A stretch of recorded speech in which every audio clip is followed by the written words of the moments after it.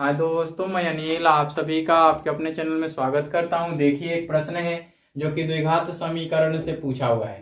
पहले तो इसमें पूछा है द्विघात समीकरण कौन है। तो द्विघात समीकरण होने के लिए पहले शर्त जो होती है वो देखिएगा, है ना।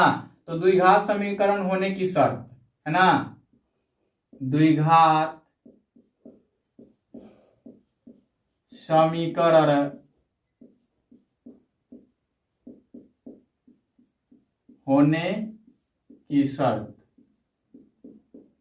क्या होता है। शर्त ए x square plus B x plus C is equal to 0, जहां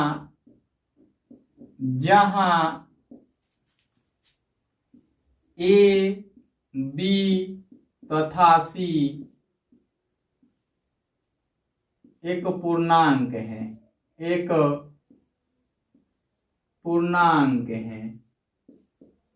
और क्या है दूसरे पॉइंट में, इनके घात जो होते हैं, चरों के घात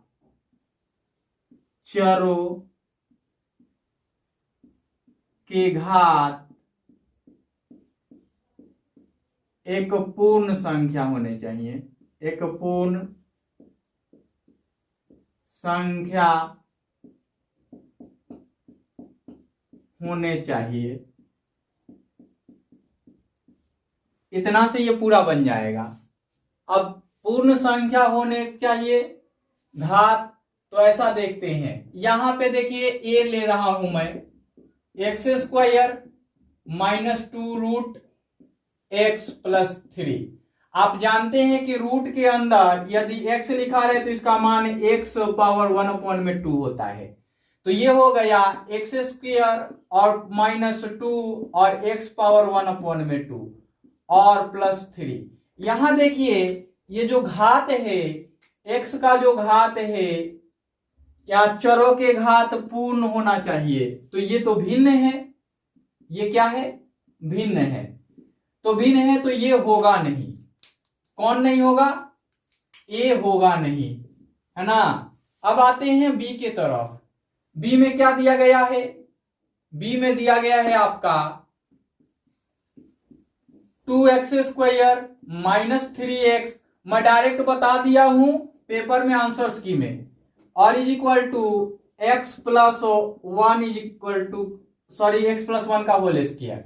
अब देखिए यहां 2x स्क्वायर है तो ये 2x स्क्वायर रहा, -3x है, ये a प्लस बी का होल स्क्वायर पे टूटेगा तो x square plus 2x plus 1 हो जाएगा ना। ये इधर की ओर आएगा तो 2x square minus x square minus 3x minus 2x minus का 1 इज इक्वल टू 0। ये हो जाएगा एक्स स्क्वायर प्लस का और माइनस का 5x और माइनस का 1 इज इक्वल टू 0। अब देखिए कि ये हमने लिखा प्लस प्लस, तो आप सोच रहे होंगे कि यहां तो माइनस माइनस आ गया, प्लस प्लस तो आया नहीं।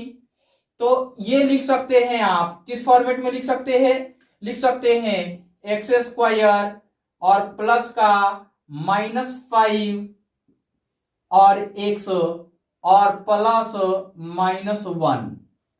हमने क्या कहा कि ए बी सी एक पूर्णांक है, ए बी सी एक पूर्णांक है। अब देखिए कि a का मान 1 रहा, b का मान -5 रहा, ये a का मान रहा और ये c का मान रहा। देखिए तो a एक पूर्णांक नहीं होता है क्या, -5 पूर्णांक नहीं होता है क्या, एक पूर्णांक नहीं होता है क्या।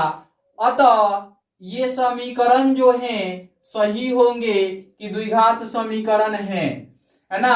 बाकी अन्य को भी चेक कर लीजिए ऐसे ही, तो आपको उत्तर मिल जाएंगे। चलिए आगे वाले मैं चेक कर देता हूं, ये तो समझ में आ गया होगा। सी डी चेक करता हूं मैं, सी लिखता हूं ये वाला। तो यहां से एक्स स्क्वायर प्लस का 2 इज इक्वल टू 9 माइनस का 6x और प्लस का एक्स स्क्वायर और प्लस का 4, ये इधर की ओर आएगा तो x square minus x square plus का 2 माइनस का 9 और ये आ जाएगा माइनस का 4 और ये आएगा तो प्लस का 6x बराबर 0।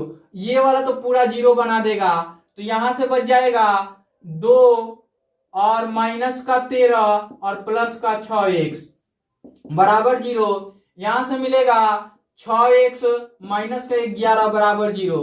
अब देखिए यहाँ द्विघात समीकरण आया नहीं, तो ये भी नहीं होगा, सी भी नहीं होगा। डी को चेक कर लेते हैं।